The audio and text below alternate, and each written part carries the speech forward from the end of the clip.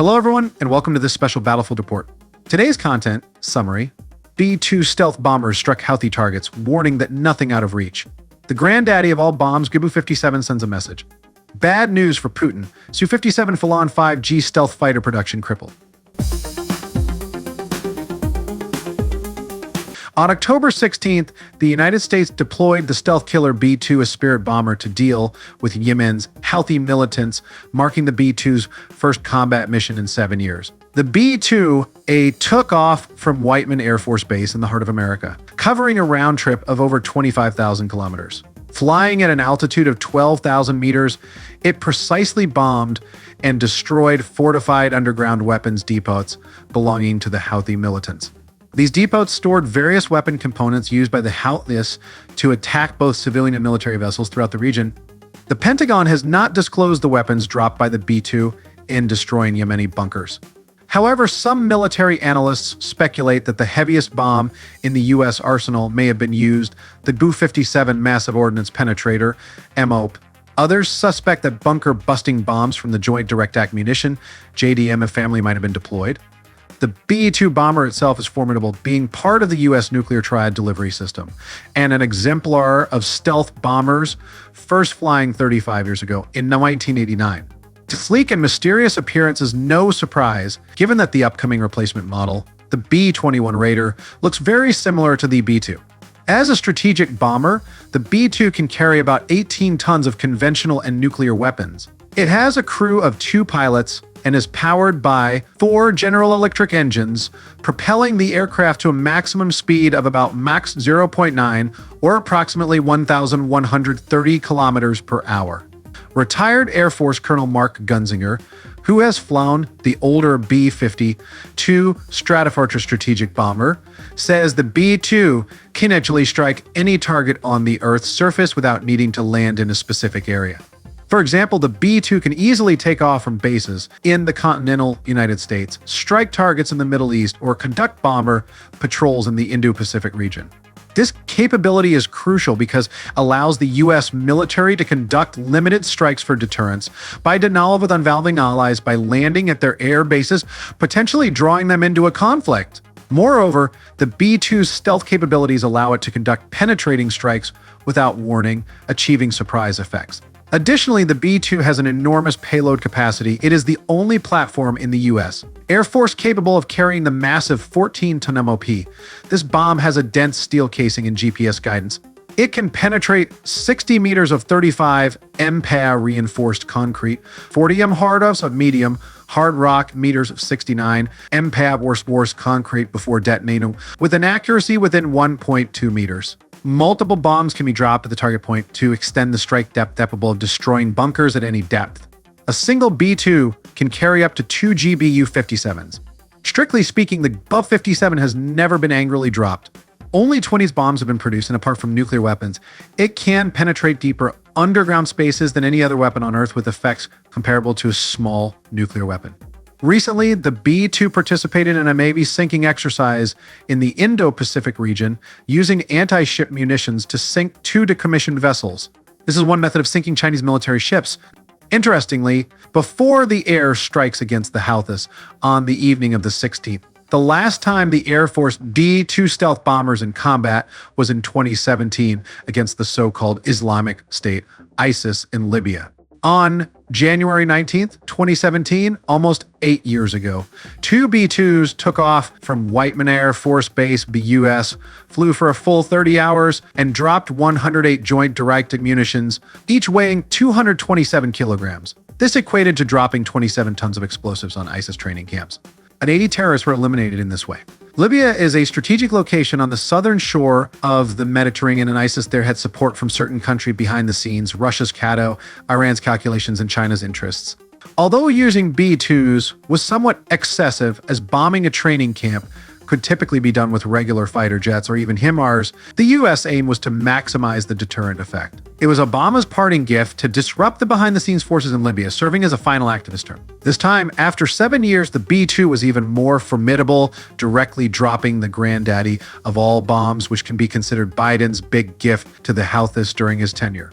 If MOP were not used this time, The B-2 would carry Bu-31, V-3 high-effective bunker-busting bombs with about 1,000 key warheads, or Bu-72 bunker bombs with 2,300 key warheads.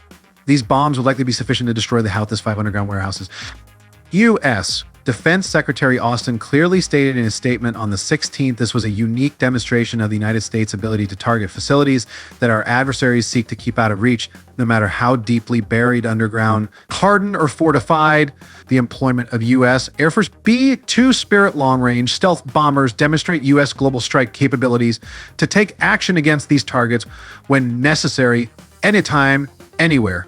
Once again, using America's most powerful bombers to strike bunkers controlled by a militia group without advanced air defense systems seems excessive, giving the impression of using a sledgehammer hammer to crack a nut. So, America's real purpose is actually to intimidate Iran. Of course, this also extends to Russia, North Korea, and China, which are tied to Iran. Recently, Israel discovered some advanced Russian weapons in Lebanon, not just ordinary Alaska 47s and rocket-propelled grenades, RPGs, but the latest weapons containing high-tech chips. And these chips are very likely provided by the Chinese Communist Party. Therefore, whether or not Mapsabs were used to strike Houthi underground targets, a loud and clear message was sent to the Houthi supporters, financiers, and arms supplier Iran. B-2 stealth bombers with massive conventional payload capabilities are poised and ready. Iran, the United States, and the entire Western world are waiting for Israel's retaliation against Iran. Biden had pleaded with Netanyahu not to attack Iran's nuclear facilities. Fearing an uncontrollable escalation, he also urged against attacking Iran's oil industry facilities due to potential impacts on oil prices. Netanyahu has also promised that, although the retaliatory action will be fierce, it will not target nuclear or oil facilities. And this is why the B beaming of Houthi targets was not just about destroying underground bunkers, storing Iranian-supplied weapons. It was a direct message to Iran, and also a reminder to Israel that if Iran decides to attempt to produce nuclear in the United States, and only the United States has the capability to cause long-term damage to deeply buried nuclear facilities and mountains. While Lockheed Martin has resumed delivering new F-35 Lightning stealth fighters to the U.S.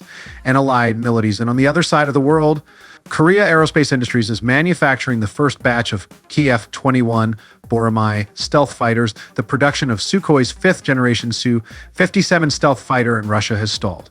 There's one main reason for this. A big, fast fighter with radar-evading qualities, the single-seat twin-engine Su-57 is Russia's answer to the United States Lockheed Martin F-22 Raptor. It's meant to replace old MiG-29s and Su-27s in Russian Air Force service. The Su-57 first flew in 2010, by which time the world's first F-22 had been flying for 20 years. Over the next decade, workers at Sukhoi Han built 10 models. In 2019, the Kremlin signed a contract for 76 production fighter jets, each priced at about $50 million. However, while Lockheed produces over 150 fifth-generation F-35 fighters annually, Sukhoi can only produce a fraction of that. The Russian company delivered the first batch of Su-57s to the Air Force in 2022 and another 11 in 2023. But so far this year, Sukhoi is only delivering as aircraft.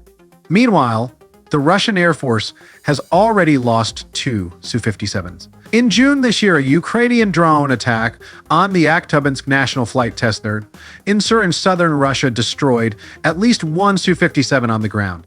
Now, Russia's inventory of Su-57s may be slightly more than 30, a third of which are test models lacking some electronic equipment.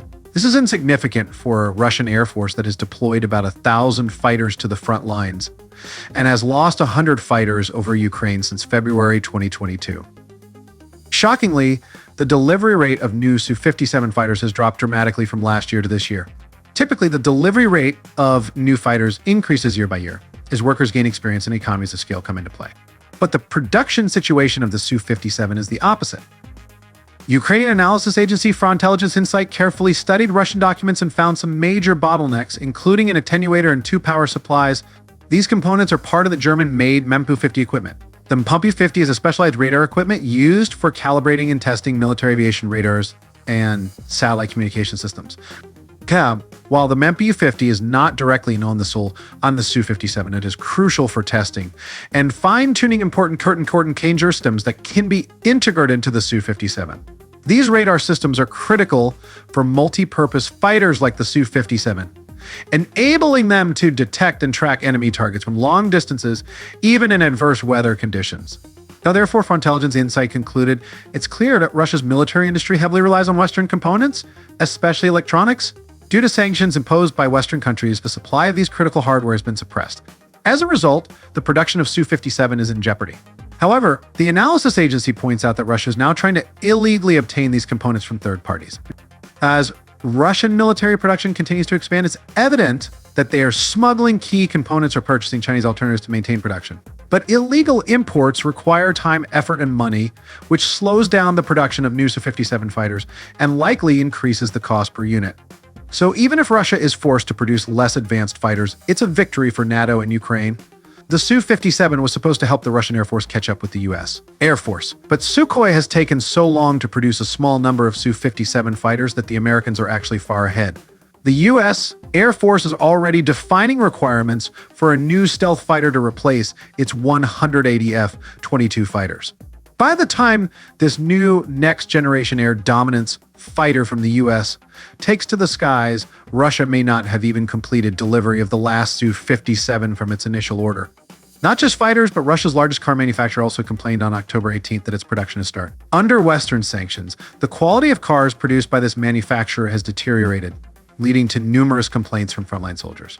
The manufacturer, which supplies off-road vehicles and pickup trucks to the Russian military, told Russian media that it had lost key suppliers due to Yell. So it switched part suppliers in the shortest possible time in order to maintain its production lines. The company's statement comes as Dmitry Rogozin, who was head of the Russian space agency Roscosmos, has repeatedly slammed the quality of vehicles delivered to Russian troops for months. He's been complaining about Russia-made vehicles since July, when he wrote on his Telegram channel that they arrived in seemingly brand new condition, but suffered from constant oil leaks, flimsy transfer cases, and engines that seized up after about 3,000 miles of use. Rogozin recounted seeing a Patriot sub stalling about 2 miles from battle lines at night, forcing 3 Russian soldiers inside to flee into a nearby forest and return with a repair kit as Ukrainian recon drones watched. Rogozin wrote, "All this speaks of the disgusting quality of assembly and the unworthy quality of the parts and components themselves." In September, he wrote that his vehicle had broken down due to a power steering fluid leak, forcing him to call for a second pickup truck. However, Rogozin said that the gear shift lever of the second vehicle fell off while on the road. Posting a photo of the broken lever on his Telegram channel, Rogozin blasted the quality of the cars as so poor that their production might as well be an act of sabotage. Before that, many Russians had already complained about the quality of automotive components supplied by China, saying that these products were either inaccurate up to in size and difficult to install, or not durable and unreliable in performance, etc. At the beginning of the war, Western car manufacturers quickly pulled out of Russia, so Russian car factories lost their quality suppliers and turned to China for their supply chain, which ended up dragging down Russia's war machine, which is, I can't help but say, good news for the West and Ukraine. That's all for today's special report. Thanks for watching, folks. Stay tuned for more of Russia's finest military comedy. Don't forget to like and subscribe for your daily dose of chaos.